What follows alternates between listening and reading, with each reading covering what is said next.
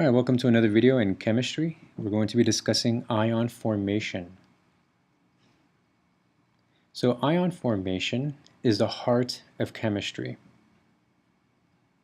So the exchange of electrons between atoms, this is what we discuss in chemistry.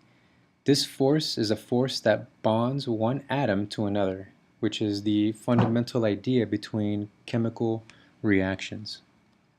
Okay, so a chemical reaction does not happen unless electrons are being shared with one atom to another. This is how these bonds are made. So atoms gain stability, and that's the name of the game. We want to gain electrostatic stability, and that's the reason why one atom will combine with another. So they do this by sharing electrons, and in thus doing so, they would fill their valence shells. Okay, remember they want to gain a maximum of 8 electrons in their valence shell. This will give them a behavior that is like noble gas. So we call this a pseudo-noble gas configuration. They don't turn into noble gases, but they behave like the closest noble gas that they have to them in the periodic table. So it's a pseudo-noble gas, not an actual noble gas. And recall that your noble gases have your full valence electron shells. So let's look at a few examples to see how this works out. Ion formation. So valence shell electrons play an important role. These are the electrons that are on the outermost shell, and our Lewis dot structures are a good indicator as to how these elements are going to behave. And you'll notice here sodium has one valence electron, and that's true for all group 1 elements. So group 1 elements will typically combine with group 7 elements, or 17. Okay? And our classic example here is when sodium combines with chlorine. Chlorine, you'll notice, has 7 valence electrons, which means it's one short of 8. And sodium has 1 electron, so it's more likely to give up that electron than it is to accept 7 electrons. Chlorine is much more electron negative, electron hungry, so that electron from sodium will be attracted to chlorine. Now, a misconception here with ion formation, okay? Now, chlorine does take that electron, but it doesn't completely strip it away. What ends up happening is that that electron will spend more time near chlorine's nucleus than it will with sodium. Okay, so it shares it, but it shares it very unevenly, unlike a covalent bond. So these two electrons will be what causes sodium and chlorine to combine, because as you know, sodium is a very reactive metal, and chlorine is a very poisonous and dangerous reactive gas. But when you combine them together, it makes something incredibly harmless, like salt, okay, sodium chloride. So you create a bond. So a bond is made by the sharing of these electrons, right?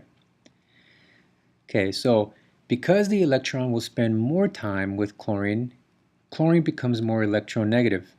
It creates a negative charge on that side of the molecule. And since sodium is losing that electron, it's losing something negative, so that means it will become more positive. So sodium becomes more positive. So our negative ion becomes the chlorine with the negative charge. Our positive ion will become the sodium with the positive charge. And that is what is, in essence, an ionic formation, an ion formation. Okay, when you have a positive charge that's created to a negative charge on the other side of the molecule, we call this a polar bond. Polar meaning there's two sides that are opposite, a positive side and a negative side. And here I have another example of a hydrogen fluoride.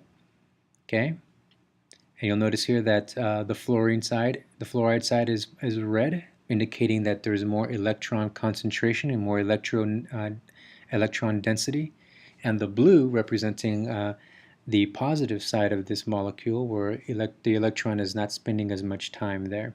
So you'll notice that the orbital is also much bigger on the fluorine side as opposed to the hydrogen side, indicating, again, more electron density. Okay, so the electron spends most of its time with the fluorine. Okay, so the negative ion is on the fluorine side and the positive ion is on the hydrogen side.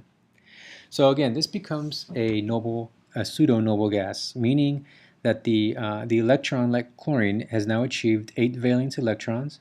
Okay, that red dash indicating 2 electrons that are being shared, and then of course I have my 2 other pairs totaling 8. Now, and chlorine, now that it has 8 valence electrons, is now having a behavior that mimics that of its closest noble gas, which is argon. So you put argon in brackets, indicating a pseudo-noble gas. Sodium, on the other hand, loses that electron, so it now behaves it behaves like the noble gas that's just before it in the periodic table, which is neon, and you put neon in brackets, indicating a pseudo-noble gas. Okay, so again, these don't become noble gases because atoms are not changed into another atom. The protons remain the same. The only difference now is that they have a different amount of electrons, which kind of alters their behavior. It creates a more electrostatic stability.